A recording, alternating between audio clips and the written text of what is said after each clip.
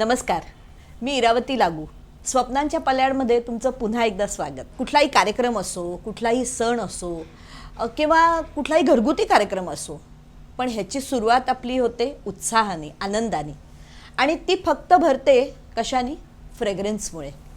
हो, एक नावाजलेलं डोंबिवलीतलं नाव म्हणजे HSB, म्हणजेच हेमंत सुगंधी भांडार. तर आज आपल्या भेटीला आलेत आशिष वैद्य. आशिषजी, तुमचं ह्या कार्यक्रमात खूप खूप स्वागत. मी स्वतः HSBमध्ये येऊन गेले. खूप छान वाटलं. म्हणजे आत आल्या आल्याच एक अप्रतिम म्हणतो ना उत्साह किंवा एक आनंदी वातावरण असल्याचं, एक पॉझिटिव्ह एनर्जी म्हणतो तसं झालं. मला आवडेल विचारायला की ह्या सगळ्याची सुरुवात कशी झाली? सुरुवात वडिलांनी केली. हा बिझनेस आहे आमचा, तो परंपरागत आहे. 50 वर्षापूर्वी वडिलांनी 1973 साली डोंबिवलीमध्ये पहिलं दुकान सुरू केलं. म्हणजे फार कौतुकाची गोष्ट अशी की आता ह्या HSBला 50 वर्ष कंप्लीट झाली, राईट? 50 वर्ष कंप्लीट झाली. आणि वडिलांनी तेव्हा सुरू केलं तेव्हा परफ्यूम किंवा फ्रेग्रन्स ही नेसेसिटी म्हणून समजलीच जायची नाही. तेव्हा लक्झरी म्हणजे सण समारंभातच फक्त त्याचं मर्यादित स्वरूप असायचं. आज जी डेली नीडची गोष्ट झाली, तेव्हाच्या 1973च्या काळात त्यांनी सुरू करताना काय विचार केलेला हा त्यांनाच माहिती असेल खरं सांगायचं तर. पण म्हणजे त्यांचं कसं होतं, म्हणजे आमच्याकडे पिढीजात हा बिझनेस आता वडिलांनी सुरू केल्यामुळे पिढीजात आमच्यासाठी आहे. पण त्यांनी जेव्हा सुरू केला तेव्हा त्यांच्यासाठी ते खूप कठीण होतं, टफ डिसिजन होती. पण त्यांनी त्यांची आवड जोपासली. त्यांना जे मनापासून जे वाटलं की आपण हे सुरू करूया, त्या हिशोबाने तो सुगंधाचा बिझनेस त्यांनी व्यवसाय सुरू केलेला आहे त्यांनी. पण मग आता हे पिढीजात म्हणजे किती पिढ्या तुम्ही? आता वडिलांनी सुरू केला, आमची जनरेशन ह्याच्यात आहे. माझी नेक्स्ट जनरेशन सुद्धा जी आहे ती सुद्धा या बिझनेस मध्ये इन्व्हॉल्व आहे. आमच्याकडे तिन्ही पिढ्या याच्यामध्येच आहे. आणि ते असं पर्पजली ठरवून वगैरे नाही झालं. आवड हा सगळ्यात त्याच्यातला महत्वाचा विषय आहे की तुम्ही नुसतं सुगंध सांगून म्हणजे आता एखादा दुसरा व्यवसाय असेल तर बाबा मोबाईल आहेत, गॅजेट्स आहेत, ते व्यवसाय कसे बाबा नॉलेज थोडंसं आलं तरी होतात. पण ह्याच्यात आम्हाला नाक तयार करणं हा खूप मोठा विषय असतो. ते झालं नाही तर मी कितीही सांगितलं की हे तुम्हाला शिकायचंय ते शिकता येत नाही का, तर त्याच्यासाठी नाक तयार पाहिजे. ते देवाची देणगी म्हणतात तसं आमच्याकडे आलेलं आहे पिढीजात.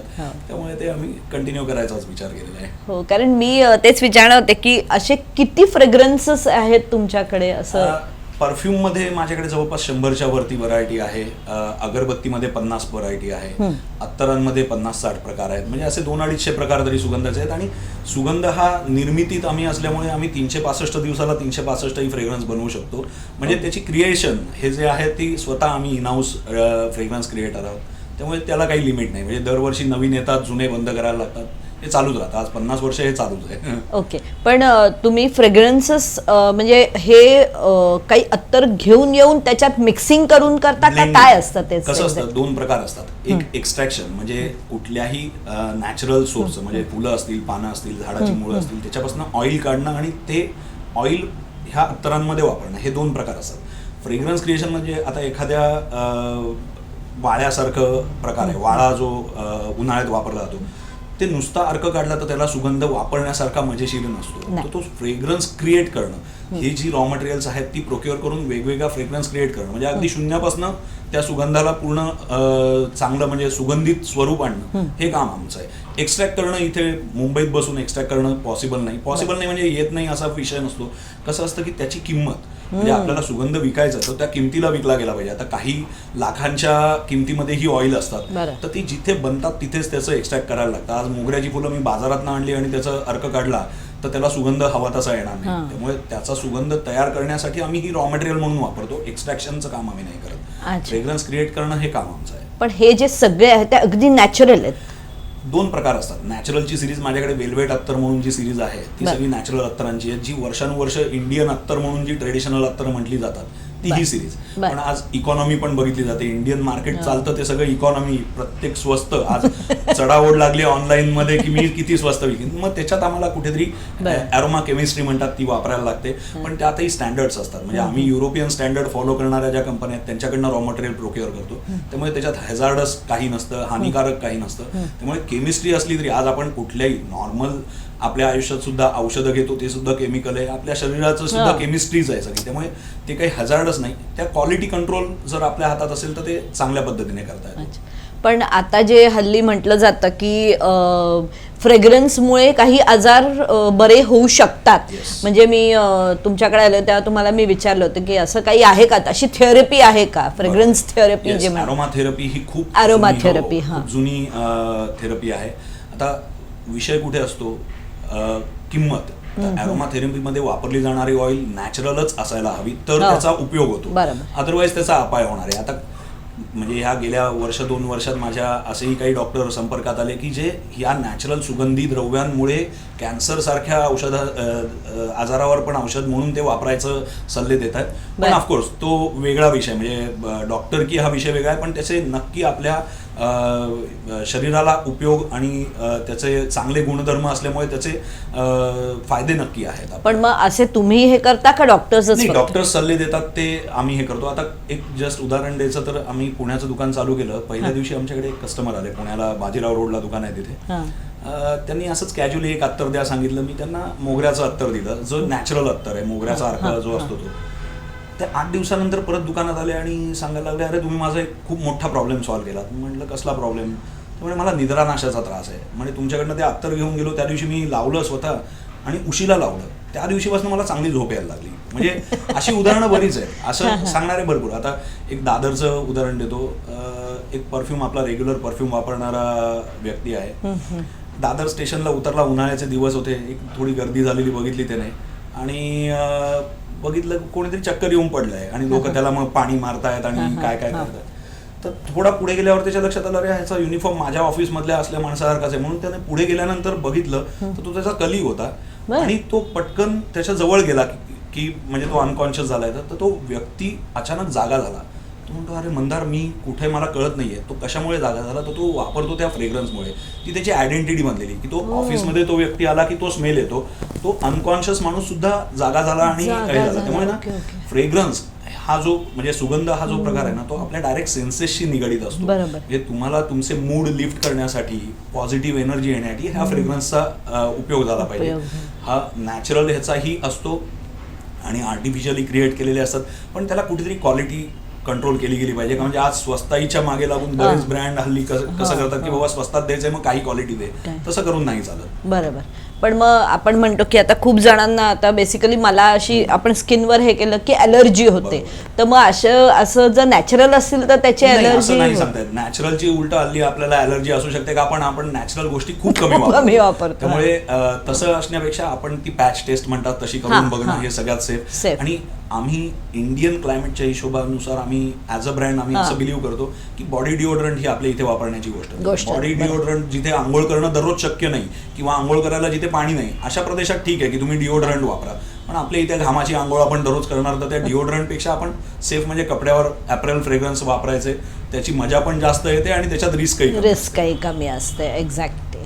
तुम्ही जी म्हणालात की आता तुमची पुढची पिढी पण ह्यात आहे, मग तुम्ही त्याच्याकरता काही वेगळं शिक्षण त्यांना दिलंय किंवा कशी ती आहे? कसं असतं, शिक्षण हा प्रकार वेगळा असतो. म्हणजे ह्याचे अरोमा केमिस्ट्रीचे कोर्सेसही हल्ली चांगले आहेत, पण ते कोणासाठी योग्य आहेत की ज्यांना बॅकग्राऊंड काहीच माहित नाही, ज्यांना फ्रेग्रन्स मधलं काही माहित नाही, त्यांच्यासाठी ते ठीक आहेत की बाबा त्याच्यातला नोहाऊ येणं. शेवटी हे घडणं किंवा घडवणं हे आपल्याच हातात आहे. म्हणजे आपण नुसता तो कोर्स करून आला म्हणजे आपल्याला सगळं येईल असं नाही. त्यामुळे त्यांना आमच्या घरात कसं की लहानपणापासून बाळकडू आपण कसं म्हणतो तसं आमच्याकडे लहानपणापासून दिलं जातं. इव्हन माझ्या एक उदाहरण द्यायचं तर माझा एक मुलगा 3-1 वर्षाचा असताना तो ओट्यावर लिंबू कापलं की लिंबाचा सुगंध आला असं सांगायचा. म्हणजे ती लहानपणापासूनच आमच्याकडे ती तयारी होते आणि मग आम्ही त्याच्यातच लोकांना हे करत जातो की अरे तुला हा कसा वाटतोय सुगंध. म्हणजे आजही माझ्या भावाचा मुलगा लहान आहे, तो फॅक्टरीतनं आल्यानंतर तू आज कुठलं अत्तर बनवलंस हे आवर्जून स्मेल करून सांगतो. त्यामुळे ते हळूहळू तयार करण्याची गोष्ट आहे. किती वर्षाचा आहे? 6 वर्षाचा आहे. त्याला ती खूप आवड आहे. त्यामुळे ना त्या गोष्टी कशा असतात की आपण नुसतं ह्याला असा शैक्षणिक हे काही नाही, तुम्हाला नाक तयार करणं. सुगंध म्हणजे मी चंदनाचा सुगंध मी व्हिज्युअली दाखवूच शकत नाही, तो स्वतःने घेतणे म्हणजे अनुभवण्याची गरज असते. आणि मला असं वाटतं कुठेतरी ती गॉड्स गिफ्ट पण पाहिजे. कारण आम्ही जेव्हा तुमच्या HSB मध्ये तेव्हा असं सगळे वास दाखवल्यावर कुठला नक्की हा वास आहे ते कळत नव्हता, पण तिथनं बाहेर पडल्यावर जेव्हा आम्ही तो वास घेतो तो अगदी तसा वास आहे असं एक जाणवलं. असं ती आपली कला पाहिजे तुम्ही म्हणता. नॅचरल तुमच्यात उपजतच ते पाहिजे. पाहिजे. कसं आहे, करता येत नाही असं काही नाही. तुम्ही कुठलीही गोष्ट प्रयत्न जर केले तर त्याच्यातनं तुम्हाला रिझल्ट येणार आहे. पण हे आमच्याकडे नशिबाने म्हणतात तसं गॉड गिफ्ट पण आहे. वडिलांनी सुद्धा प्रयत्न केले की आम्ही ह्याच बिझनेसमध्ये यावं, आणि ऑफकोर्स आमची शैक्षणिक सुद्धा आवड एवढी नव्हती की मी बिझनेस सोडून दुसरं काहीतरी करेन. त्यामुळे म्हणजे बाय डिफॉल्ट तुम्ही इकडे चालात. ओके, तुम्ही आता म्हणालात की शक्यतोवर फ्रेग्रन्स तुम्ही जे काय वापरणार ते कपड्यावरतीच वापरा. तुम्हाला डाग पडतात, कारण काही काही अत्तर किंवा हे लावलं की त्याचे डाग पडतात. डाग कधी पडतात, जेव्हा तुम्ही कपड्याला जवळनं स्प्रे झाला. म्हणजे प्रत्येक आमच्या परफ्यूमच्या बॉटलवर इन्स्ट्रक्शन लिहिलेली असते, म्हणजे डायरेक्शन टू यूज म्हणतात तसं लिहिलेलं असतं. कसं आहे, तुम्ही डाग पडतात ह्याचा अर्थ त्याच्यात परफ्यूम आहे. जर त्याच्यात परफ्यूमचं पर्सेंटेज कमी असेल, डिओड्रंट सारखं असेल, तर त्याचे डाग नाही पडणार. का तर त्याच्यात फ्रेग्रन्स जे आहे ते ऑइल फॉर्मॅटमध्ये असतं. ते कपड्यावर उडून कपड्यावर राहण्यासाठी आणि नंतर सॉल्व्हंट उडून जाण्यासाठी हा वेळ दिला गेल्यानंतर जे उरतं त्याचा स्मेल येतो. त्यामुळे तुम्ही जवळनं स्प्रे झाला तर डाग पडतात, अदरवाईज डाग नाही पडणार. व्यवस्थित स्प्रे अप्लाय केला तर डाग नाही पडत. त्याच्यासाठी आम्ही स्पेसिफिक डोसेज असलेले परफ्यूमचे पंप जे ऍक्च्युअल स्प्रे असतात ते आम्ही त्या प्रकारचे वेगळे वापरतो की जेणेकरून डाग नाही पडणार. पण जवळनं स्प्रे झाला तर त्याचे डाग पडणार, त्याची काळजी घ्यायलाच लागणार. Okay okay. आणि कुठले कुठले, म्हणजे आता आपण म्हणतो की झोपायच्या वेळेला कुठले फ्रेग्रन्स, का असं काही आहे का स्पेशालिटी? प्रत्येकाचा मूड आणि प्रत्येकाची हॅबिट वेगळी असते, प्रत्येकाची बॉडी ओडर वेगळी असते. त्यामुळे एखाद्याला चंदन म्हणजे 10 लोकांनी एक फ्रेग्रन्स वापरला तर 10 जणांना वेगवेगळा अनुभव येतो. असं नसतं कधीच. म्हणजे ह्या जगात असा एकही प्रकार नाही की तो सगळ्यात चांगला सुगंध. त्या चांगला सुगंध जो म्हणतो त्याला दुसरा नावं ठेवणाराही माणूस असतो. त्यामुळे अशी कुठलीच गोष्ट नाही की तीच सगळ्यात चांगली. त्यामुळे ना सुगंध कुठल्या वेळेस वापरावा प्रत्येकाच्या मूड प्रमाणे. म्हणजे आता बाहेरच्या देशांमध्ये एक सेलिब्रिटी जे असतात त्यांना डिझायनर परफ्यूम जे बनवले जातात ते त्यांच्याबरोबर तो परफ्युमर राहून वेगवेगळ्या वेळेत त्यांचे मूड कसे आहेत, तेव्हा त्यांना कुठला फ्रेग्रन्स कसा वाटतो, ह्या बऱ्याच खूप डीप जाऊन ते बनवलेले असतात. त्यामुळे त्याची किंमत तशी असते. म्हणजे आपल्याला वाटतं अरे बाहेरनं आलेला परफ्यूम 10,000चा आपल्या इथे 100 रुपयातही मिळतो, तेवढं सोपं नाहीये. ते प्रकारही त्या क्वालिटीचे असतात. ऑफकोर्स तिथे सेलिब्रिटी म्हटल्यानंतर त्याच्या नावाची व्हॅल्यू आहे ती येणारच, पण असं नाहीये की फक्त त्या नावाला व्हॅल्यू आहे म्हणून किंवा पॅकेजिंग चांगलं आहे म्हणून तो परफ्यूमही तसा असला तरच विकला जाणार आहे. त्यामुळे ते प्रत्येकाचे मूड वेगवेगळे. म्हणजे आता उदाहरण द्यायचं झालं तर चंदनाचा सुगंध आहे. चंदन म्हणजे इंडियन परफ्यूम मध्ये सगळ्यात चांगला प्रकार कुठला असेल तर चंदनाचा म्हणला जातो. पण त्या चंदनाचा सुगंधच येत नाही म्हणणारी पण लोक आहेत, चंदनाचा सुगंधासारखा दुसरा सुगंध नाही म्हणणारी लोक आहेत, आणि त्यांनी डोकं उपटं म्हणणारी लोक आहेत. त्यामुळे एकच प्रकार असला तरी 10 त्याची दिली जाणार आहे. Okay okay. आणि तुम्ही मगाशी म्हणालात पुण्याचं नाव घेतलं, मगाशी मुंबई दादरचं नाव घेतलं, तर तुमच्या कुठे कुठे शाखा आहेत? सध्या आमच्या 6 ठिकाणी शाखा आहेत. ठाण्याला आहे, डोंबिवलीत आहे, बदलापूरला आहे, पुण्यात 2 दुकान आहेत आणि चिपळूणला आहे. पण मग हे कोण कोण? ह्याच्यात कसं 3 कंपनीची स्वतः कंपनी ओन्ड आउटलेट आहेत आणि 3 जी आहेत ती फ्रँचायझी आउटलेट आहेत. अच्छा अच्छा. म्हणजे तुम्ही फ्रँचायझी पण देतो आम्ही, फ्रँचायझी देतो. म्हणजे त्याच्यात वेगवेगळी मॉडेल्स आहेत आमच्याकडे. म्हणजे शेवटी फ्रँचायझी आली हा इन्व्हेस्टमेंट पॅटर्न असतो, आयदर समोरचा इन्व्हेस्ट करतो किंवा कंपनी इन्व्हेस्ट करते. त्याप्रमाणे प्रॉफिट रेशो शेअर केला जातो. त्याच्यात वेगवेगळे समोरच्या रिक्वायरमेंट प्रमाणे पण आम्ही कस्टमाइज फ्रँचायझी देऊ शकतो. आणि असं हे देता का, आता सपोज एखाद्याचं लग्न आहे तर त्यांनी तुम्हाला सजेस्ट केलं की आम्हाला आमच्या लोकांकरता वेगळे वेगळे फ्रेग्रन्स, तर मग तुम्ही अशी एक वेगळी अरेंज करता ती सिरीज का काय करता? दोन्ही प्रकाराने केलं जातं. म्हणजे हल्ली म्हणजे बिग फॅट वेडिंग ही जी कन्सेप्ट आहे त्याच्यामध्ये परफ्यूमचे स्टॉल लावायलाही आम्हाला लोकांनी संधी दिलेल्या आहेत. रिटर्न गिफ्टिंग म्हणून सुद्धा परफ्यूम आणि अत्तराचे सेट वाटलेले आहेत. किंवा कस्टमाइज म्हणजे आता लग्न आहे म्हटल्यानंतर मुलाचं मुलीचं त्यांच्यासाठी ही परफ्यूम डिझाईन केलेले आहेत. म्हणजे तशी भरपूर म्हणजे वेडिंग कलेक्शन म्हणूनच आमची एक सिरीज आहे ज्याच्यात म्हणजे स्पेसिफिक लग्नासाठी किंवा पार्टी वेअरसाठी किंवा कॅज्युअल वेअरसाठी असेही वेगवेगळे फ्रेग्रन्स आम्ही डिझाईन करून देऊ शकतो. तुमची फॅक्टरी इथेच आहे? फॅक्टरी डोंबिवलीत आहे, डोंबिवली MIDC मध्ये. मग तिथे ऍक्च्युअल हे तयार होतात? हो, फ्रेग्रन्स तयार होतात. सगळी प्रोसेस असते ती मॅन्युअल असते. फ्रेग्रन्स क्रिएशन म्हणजे काय, कमीत कमी एक परफ्यूम बनवताना त्याच्यात 50 ते 70 प्रकार कमीत कमी एकत्र केलेले असतात. त्याच्यापासून तो एक फ्रेग्रन्स क्रिएट होतो. त्यामुळे ना, आणि ते एका दिवसाची प्रोसेस नसते, 4-6 महिने एक फ्रेग्रन्स बनवायला लागतात. का तर ते वेगवेगळ्या सीझनला वेगवेगळा इफेक्ट कसा येतो, कुठल्या टेम्परेचरला कसा परफॉर्म करतो, त्यामुळे त्याच्यातले चेंजेस कसे बदलायचे असतात, या सगळ्या गोष्टी आम्हाला इनाऊन्स करायला म्हणजे 4 ते 6 महिने मिनिमम, काही वर्ष 2-2 वर्षही झालेली आहेत की तो फ्रेग्रन्स बनवायला सुरुवात झाल्यापासून विकायला सुरुवात होईपर्यंत 1.5-2 वर्षाचाही कालावधी गेलेला आहे. अच्छा. आणि तुमच्या इथे रिफिलिंग सिस्टीम पण आता मी बघितली. रिफिलिंग सिस्टीम का आहे, इंडियन मेंटॅलिटी जी आहे ती आपण म्हणजे एक मध्ये मी ऍडव्हर्टाईज बघितलेली की तो मोठी क्रूज घ्यायला जातो इंडियन माणूस, पण तो क्रूज घेताना म्हणजे काही करोडची इन्व्हेस्टमेंट करताना सुद्धा ती मायलेज कितना देते असं विचारतो. ते तसा प्रकार आहे तो की इंडियन मेंटॅलिटी आपण काही फेकत नाही, त्यामुळे ते रियूजही होतं. म्हणजे ऑफकोर्स त्याच्यात एक चांगला भाग काय, आज माझ्याकडे 50 वर्ष येणारे क्राऊड आहे, तो एक बाटली समजा त्याने 25 वेळा वापरली तर त्या आहे त्या रिसोर्सचा आपण रियुटिलाइज करून भरपूर त्याचा उपयोग केला जातो. घेऊन फेकून देणं ही आपली कल्चरमध्येच नाहीये, त्यामुळे ना ते परत परत वापरून शेवटपर्यंत त्याचा उपयोग करणं, म्हणून ती रिफिलिंगची कन्सेप्ट आहे. आणि कसं आहे, दुकान आमचं जे पहिल्यापासून आहे ते डोंबिवलीत आहे, त्यामुळे इकडचा 80% क्लास हा वर्किंग क्लास आहे, त्यामुळे त्यांना दररोज काही मोठी बाटली घेऊन जाणं शक्य नाही. म्हणून मग आम्ही प्लास्टिकमध्ये सुद्धा बॉटल आणल्या परफ्यूमच्या, त्याच्यासाठी. म्हणजे कदाचित मुंबईतला किंवा इंडियातला आम्ही पहिला ब्रँड होतो की जो परफ्यूम प्लास्टिकमध्ये विकतोय. का विकतोय तर युटिलिटी बघितली आम्ही. प्रत्येक गोष्ट म्हणजे ग्लेअर म्हणून बघितली नाही जात इंडियन मेंटॅलिटी प्रमाणे, ती युटिलिटी बघितली जाते. मला ती प्लास्टिकची बाटली 7 ग्रॅमची प्लास्टिकची बाटली कॅरी करणं सोपं का 100 ग्रॅमची सोपं, तर 7 ग्रॅमची. मग लोकांनी तेही ऍक्सेप्ट केलं, त्यामुळे ना तो चेंज असतो. म्हणजे तो लोकांनी ऍक्सेप्ट केला तर चांगलं आहे, अदरवाईज मग ते करून बघायचं, ते एक्सपेरिमेंट म्हणून बघायचं असं. कारण मला ही रिफिलिंग सिस्टम आवडली की ह्याच्यात हो, म्हणजे ती खूप चालते. म्हणजे परफ्यूम रिफिलिंग ही कन्सेप्ट, म्हणजे आम्ही हळूहळू जाऊन पुढे जाऊन त्याच्यावर थोडं प्रोफेशनली रिफिल करता येईल का, असं काही मशीन बनवता येईल का, त्याच्यावरही प्रयत्न करतोय.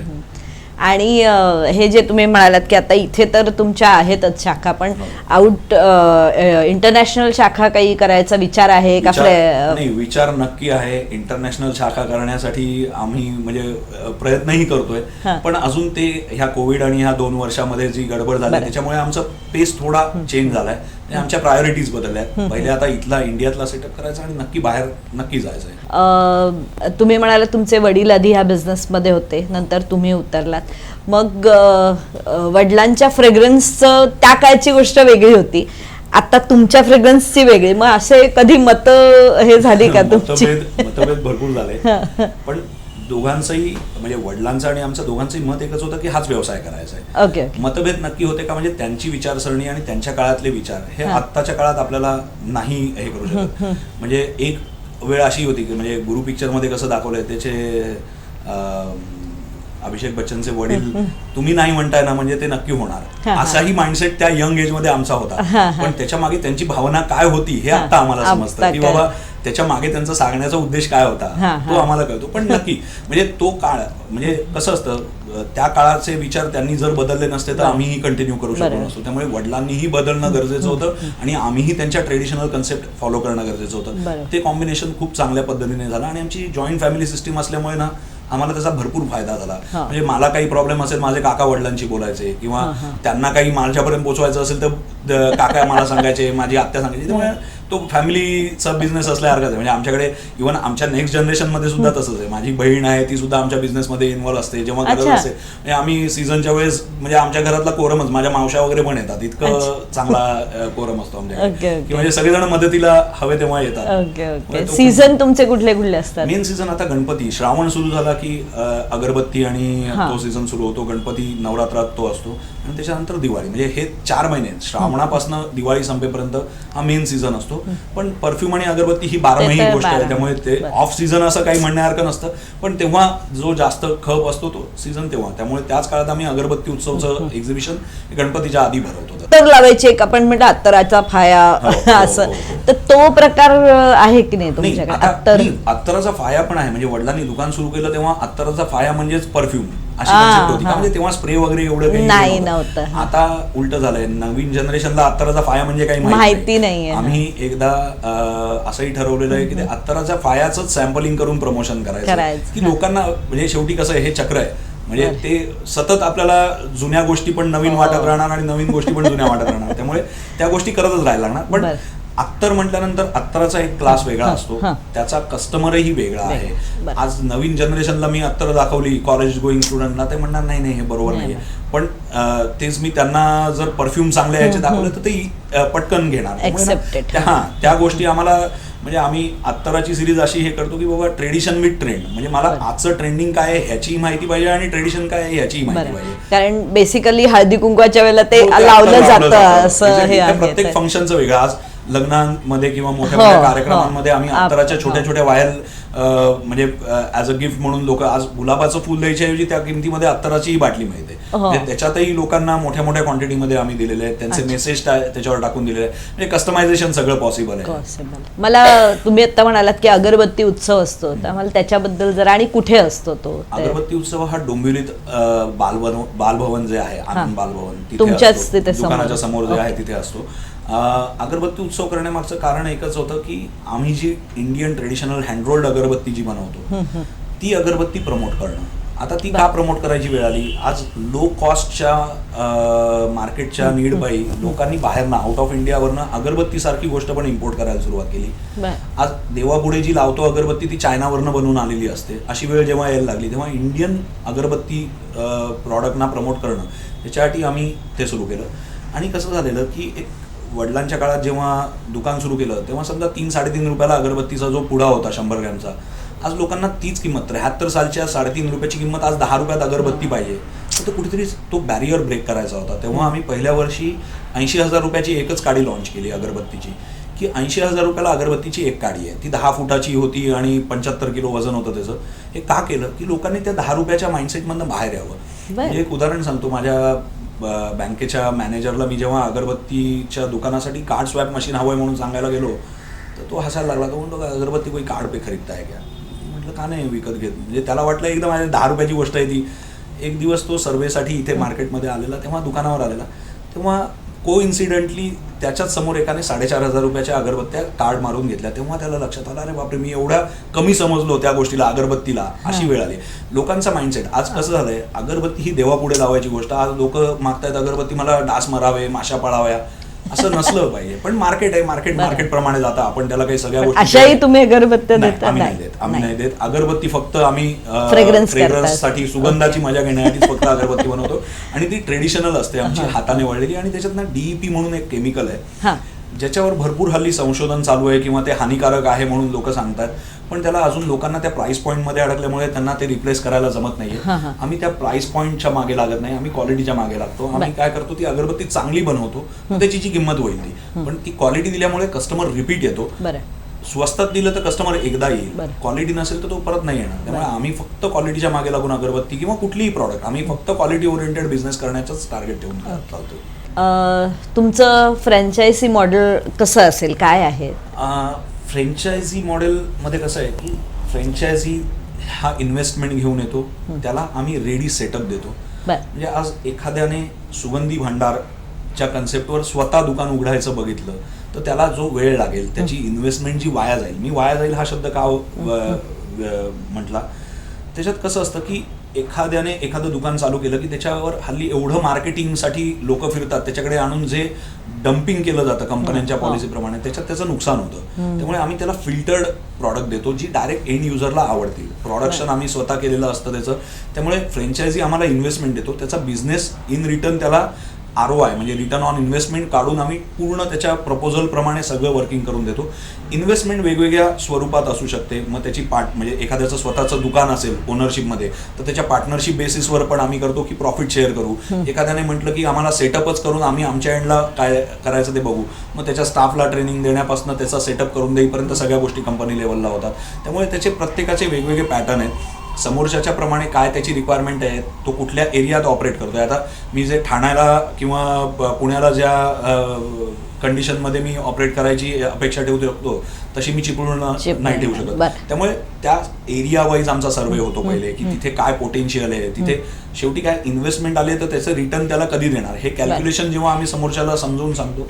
आणि हा बिझनेस जो आहे ना तो लॉंग रनचा आहे. इथे असं नाहीये की आज दुकान चालू झालं की 6 महिन्यात तिथे गर्दी येणार आहे, असं नाहीये. हे हळूहळू आवड निर्माण करून लोकांना मग ते कंटिन्यू त्याची गरज लागते अशा हिशोबाने विचार करून करायला लागतो. त्यामुळे आम्ही लॉंग रनसाठी ज्याला इंटरेस्ट आहे बिझनेस करण्यात त्याच्याबरोबर आम्ही फ्रँचायझी देण्याचा नक्की आम्ही विचार करू. आणि आता पण कुठे कुठे फ्रँचायझीज? ठाण्यात आहे ती फ्रँचायझी आहे, पुण्यामध्ये एक फ्रँचायझी आणि चिपळूणला आहे. बाकी पुण्याचं एक दुकान आमचं कंपनीचं आहे, डोंबिवलीचं आणि बदलापूरची, ही 3 कंपनीची आहेत. ओके. आता हे वर्ष तुमचं 50वं चालू आहे. हो, चालू आहे. तर ह्या वर्षानंतर आपण म्हणतो ना की आम्ही 50 वर्ष हे केलं ना, तर ह्याच्यानंतर काहीतरी एक वेगळा फ्रेग्रन्स आणलाय आणि that will be the one of the best, असं काही आहे का तुमच्याकडे आता? तसं दरवर्षी असतं. म्हणजे ना म्हणतात ना की change is the only constant thing Absolutely. म्हणतात तसा प्रकार आहे. मी दरवर्षी काही ना काहीतरी नवीन आणायलाच लागतं. म्हणजे लोकांना सुद्धा क्रेज असते की अरे ह्या वर्षी नवीन काय, म्हणजे आता गणपती आला की ह्या वर्षी गणपतीत अगरबत्तीमध्ये काय नवीन आणणार आहे, दिवाळी आली तर परफ्यूम कुठले नवीन आणणार आहे. त्यामुळे ते दरवर्षी सतत घडणारी गोष्ट आहे ती. Continuous. त्यामुळे एक असं 50 वर्ष झालं म्हणून असं स्पेसिफिक काही टार्गेट नाही. दरवर्षी म्हणजे वाढदिवस आपण फक्त वाढदिवसाच्या दिवशी सेलिब्रेट करण्यात काही अर्थ असं. नसतो म्हणतात तसं बरं आहे. आहे. तुम्ही दररोज लाईफ अशा याने जगलं पाहिजे की दररोज सेलिब्रेशन आहे. तसं Very आम्ही nice. 12 महिने चेंज आणि नवीन नवीन गोष्टी करतच असतो आणि त्या लोक एन्जॉय करतात. तुम्ही जे फ्रेग्रन्सेस किंवा जे सेंट्स किंवा जी परफ्युम्स वगैरे देता त्याचं पॅकेजिंग तुम्ही करता, तुम्ही करून घेता का काय त्याचं? कारण ते पॅकेजिंग खूप छान दिसतं, असं बरोबर. छान असतं असं. त्याच्यात आता थोडंसं उत्तर लांबेल माझं, पण सांगा ना. हा वडिलांचा जो मी मगाशी म्हटलं की एक जुना ट्रेडिशनल माइंडसेट आणि नवीन माइंडसेट, आज सगळं जे दिसलं ते म्हणजे दिखताय वही बिकताय म्हणतो बरं. तसा विषय आमच्या डोक्यात होता. आणि वडिलांचं म्हणणं अरे माझ्याकडे येऊन लोक तो बॉक्सवर 2 रुपये खर्च केल्यापेक्षा त्यापेक्षा मला 2 रुपये स्वस्तात दे, पण मला ते बस. साध्या पॅकिंगमध्ये दे, बरं. असा एक माइंडसेट होता. त्यामुळे मी आणि भावाने जेव्हा बिझनेस जॉईन केला तेव्हा आम्ही पॅकेजिंगवर मेहनत घ्यायला सुरुवात केली. व्हायचं कसं की पॅकेजिंग करायचं तेव्हा अशा रेडी अवेलेबल काही बरं. म्हणजे माझ्या फ्रेग्रन्स लाईनमध्ये ना असे काही बेंचमार्क नाही आहेत की बाबा ह्याचं पॅकेजिंग असंच असलं पाहिजे तसंच असलं पाहिजे.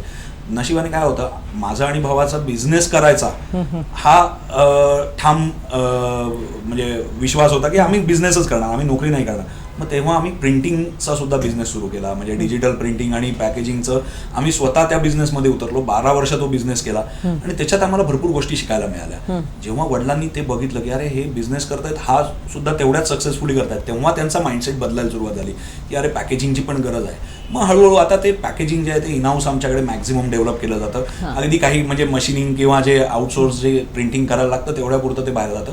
बाकी अगदी प्रत्येक गोष्ट आमच्या इथे इनहाऊस पॅकेजिंग डेव्हलपमेंट होते. अच्छा. असे काही अनुभव अजून आहेत का तुमच्याकडे की तो माणूस आला, त्याला एक अत्तर आवडलं पण he is constant on that only, तुम्ही त्यांना सांगितलं नाही हो दुसरं वापरून बघा किंवा दुसरा फ्रेग्रन्स बघा, तर they are not ready for that, असं काही आहे का? एक छान उदाहरण देतो. वडिलांच्या काळापासून एक जुने कस्टमर होते, ते आमच्याकडे इनटाईम म्हणून फ्रेग्रन्स आहे, तो वर्षानुवर्ष तेच वापरायचे. म्हणजे ते आले की बाटल्या परफ्यूमच्या रिफिल करायला ठेवायचे त्यांच्या 3-4 बाटल्या आणि बाहेर जाऊन उभं राहायचे आणि सिगरेट पित उभं राहायचे. ते झालं की त्यांची सिगरेट संपायची, आमच्या बाटल्या भरून झालेल्या असायच्या, बोलणं चालणं पण काही व्हायचं नाही, ते येऊन घेऊन जायचे. असं दर महिन्याचं ठरलेलं असायचं. आणि त्यांच्याबरोबर लहानपणापासून त्यांचा मुलगा यायचा. आता ते व्यक्ती जे होते ते एक्सपायर झाले काही 1-2-3 वर्षापूर्वी. आता त्यांचा मुलगा जो आहे तो तोच परफ्यूम वापरतो. तो म्हणतो तो परफ्यूम मारला ना की मी माझ्या बाबांच्या जवळ आहे असं वाटतं. ते इतकं टचिंग आहे. त्यामुळे ना असे अनुभव कितीतरी आहेत. म्हणजे बोलायला बसलं तर मी, आणि कसं आहे एक कस्टमर येणार तो त्याचे अनुभव घेऊन येतो, प्रत्येकाची ही वेगळी. आत्ताच माझ्याकडे एक कस्टमर मी इकडे यायच्या आधी आलेले, ते बाहेरनं जाताना त्यांना सुगंध आला म्हणून आले. आता ते म्हणजे सेलिब्रिटींपासनं सगळ्या पॉलिटिशियनपर्यंत त्यांचा कनेक्ट आहे वगैरे सांगत होते. आता त्यांच्या डोक्यात आहे अरे ह्याच्यातली मी ही अत्तरं त्यांना गिफ्ट दिली ना तर त्यांना खूप आवडतील, मी गणपतीत येऊन नक्की अगरबत्ती आणि अत्तरं त्यांना घेऊन जाईन. असेही लोक आहेत. अगदी मोठ्या मोठ्या म्हणजे लता मंगेशकरांपर्यंत पण आमची अत्तरं पोचलेली आहेत. असं कस्टमरनेच येऊन आम्हाला सांगितलेलं आहे की अरे त्यांनी लावून बघितलं आणि त्यांना आवडलं. असेही आहेत. आता हरिप्रसाद चौरसिया जी आहेत त्यांच्याकडे, त्यांना म्हणजे पुण्याच्या दुकानातनं एक अनुभव सांगतो, त्यांना तर सुगंध लावून गेलेलं त्यांच्याकडे कोणी चालत नाही असं म्हणजे कस्टमरनेच सांगितलेलं आहे. त्या दिवशी ते जाऊन बाहेर बसलेले, तो स्मेल आला म्हणून त्यांनी त्यांना बोलवून घेतला, अरे तू खूप छान सुगंध मारलेला आहेस, तो कुठला आहे, मग ते त्यांना द्यायला म्हणून ते गिफ्ट घेऊन गेले. त्यामुळे ना असे बरीच उदाहरणं. आता शेवटी मी जाऊन काही स्वतः बघत नाही त्यांच्याकडे, ते देतात कारण पण हे कस्टमर स्वतःहून येऊन सांगतात. असे प्रत्येक कस्टमरचे वेगवेगळे अनुभव आहेत आणि ते दररोज अनुभवायला मिळतात आम्हाला आणि ती मजा पण वेगळी असते. म्हणजे आमचं नशीब काय आहे की आम्ही बनवणं म्हणजे मॅन्युफॅक्चरिंग पासून रिटेलिंग पर्यंत सगळ्या प्रोसेसमध्ये आहोत आम्ही. बरं. पण तुम्ही आता तुमच्या नेक्स्ट पिढीला काय सांगाल, जर कोणाला ह्या बिझनेसमध्ये यायचं असेल तर तुम्ही तुमच्या नेक्स्ट पिढीला एक, आता आपण म्हणतो उपदेश असा नाही पण एक गायडन्स म्हणू शकतो त्याला, काय देऊ शकाल तुम्ही?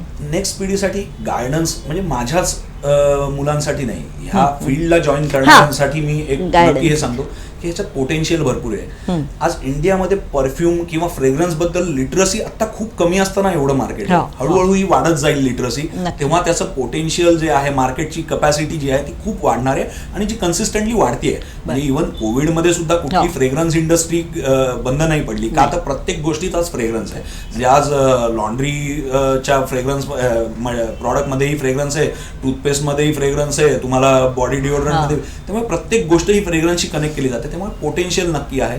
प्रत्येकाने चांगलं शिक्षण घ्यावं, या फ्रेग्रन्सच्या रिलेटेडही कोर्सेस भरपूर आहेत ते करावे आणि स्वतःला नक्की डेव्हलप केलं तर ह्याला पोटेन्शियल भरपूर आहे.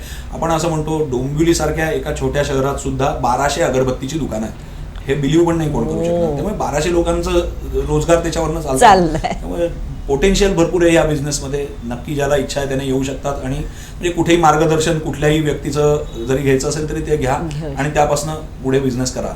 तर आत्ताच आपण अप्रतिम माहिती, कारण फ्रेग्रन्स ही अशी गोष्ट आहे जी रोज लागते आपल्याला, पण कसं आहे ना, त्याची माहिती इतकी अफाट आहे हे आपल्याला माहिती नव्हतं. आत्ताच आशिष दादांनी आपल्याला इतकं सुंदर प्रकारे सांगितलं या फ्रेग्रन्सवरती. जर तुम्हाला खरंच भेट द्यायची असेल HSBला नक्की भेट द्या, कारण तिथल्या फ्रेग्रन्सेस तुम्हाला तुमचा उत्साह आनंद नक्की वाढवतील. तर पुन्हा भेटूया ह्याच कार्यक्रमात पुढच्या मुलाखतीत. धन्यवाद आशिषजी, तुम्ही इथे आलात आणि आमच्या स्वप्नांच्या पल्याडमध्ये सहभागी झाल्याबद्दल तुमचे मनःपूर्वक धन्यवाद. तुम्ही मला संधी दिली येऊन बोलायची त्याच्याबद्दल तुमचे पण धन्यवाद. तुम्हाला ही जर मुलाखत आवडली असेल तर नक्की लाईक करा, शेअर करा, कमेंट करा आणि हो, सबस्क्राईब करायला विसरू नका. आमच्या चॅनलला सबस्क्राईब करण्याकरता आयकॉनवर जा आणि बेल बटन नक्की दाबा. धन्यवाद.